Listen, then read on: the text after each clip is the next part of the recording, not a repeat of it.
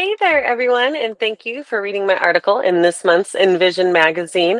I wanted to dive in a little bit deeper with you on the impact of having these quarterly check-ins already scheduled out in your office for 2026.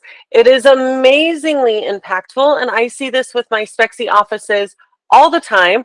The offices that put it off and put it off and put it off, and then finally listen and actually reserve time in their schedule for the next year will never go without doing it again.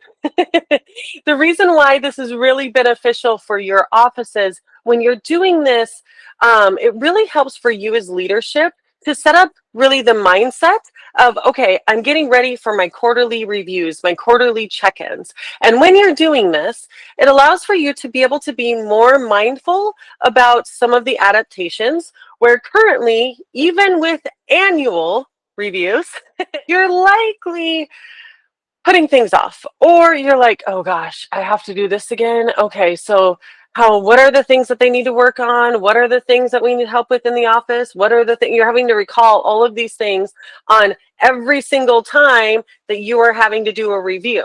What's really great is if you can do the entire office at one time, right? So every quarter, you're doing the quarterly check-in for everyone. And it helps to get you in the mindset of, okay, here's where our office is wanting to go. Here's our path to get there. Here's how Sally can contribute. Here's how John can contribute. And here's how Mary can contribute. And here are the things that I think Mary's doing well. Here are the things that I think Mary can improve on, so on and so forth. Now, what's really beneficial, we break this down really heavily in the leadership series. If you are not a Spexy member, you need to become one so you can at least check out the leadership series. It's really quite fabulous to allow for this framework. We have paperwork, we have little forms for you and your team to fill out. But the important things, let me go over with you really quick, are that you want your team to do a self-assessment. Each team member at the beginning of their meeting should be able to come to you and say, okay, listen here, Doc, this is what I've been doing well. This is what I think I've really improved on. This is where I think I need some help.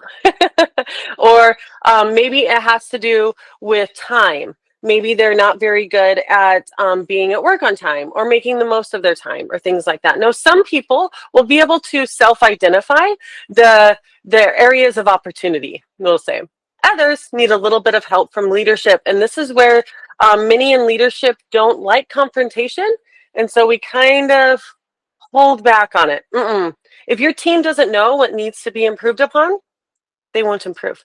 So this is a great opportunity for you as leadership to lay out, okay, this is what we want. And at this point, what is it that you need from me to really get this implemented? And this is one thing that's really powerful about these quarterly check-ins is that it helps to not only hold the team member accountable for your expectations for them, but it helps you as leadership to hold you accountable for things that will make your office better. If you have said that you will, create a resource for faster check-ins and you don't do that, once that next quarterly check-in comes around, your team's going to let you know that you didn't do that. And honestly, we all need to be held accountable. Nobody is above accountability.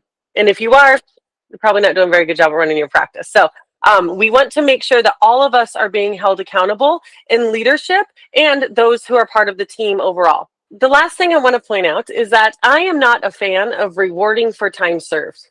What do I mean by that? I don't like rewarding for time served because this is not a prison. Sorry.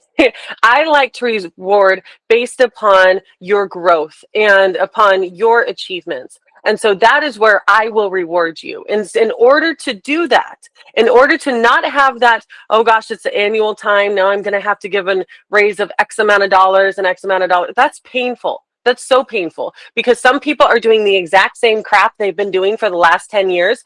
They don't need another raise. No, we're all growing and we're all becoming more. Now, we also have technology, so it's not necessarily that we're all necessarily having to do more and more and more and more work. There's only a certain amount of time in the day.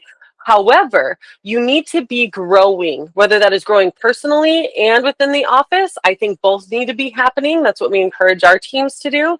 So you need to be mimicking that in your office and encouraging growth based upon merit, right? Great, based upon you've done better, you've done what we asked.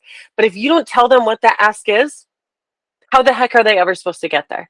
So this creation of quarterly check-ins and understanding how to utilize quarterly check-ins is not only extraordinarily valuable for your overall morale in the office, because the team knows what is expected of them, but it helps immensely in your sales, because you are able to say, okay, here is our goal of X amount of dollars. Here's what we need to get to. First, we're going to start with, I don't know, anti-reflective treatment. So everyone needs to be selling this much of anti-reflective treatment. Okay, what does that mean for each and every single person?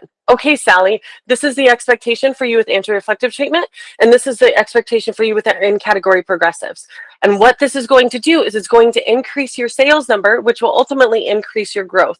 But if you don't give people the expectation and the goals of what they need to be doing on the very minor levels that will create this big change up above, then there's no point in even having a practice, and there's no point in even wishing for growth. Just keep doing what you're doing, right? So nobody wants to just keep being in the same spot all the time. But if we don't change what we're doing, how are we supposed to expect any change? And the easiest way you can go about doing that is by implementing quarterly check-ins. Thanks for hanging out with me, and I'll see you in next month's Invision magazine.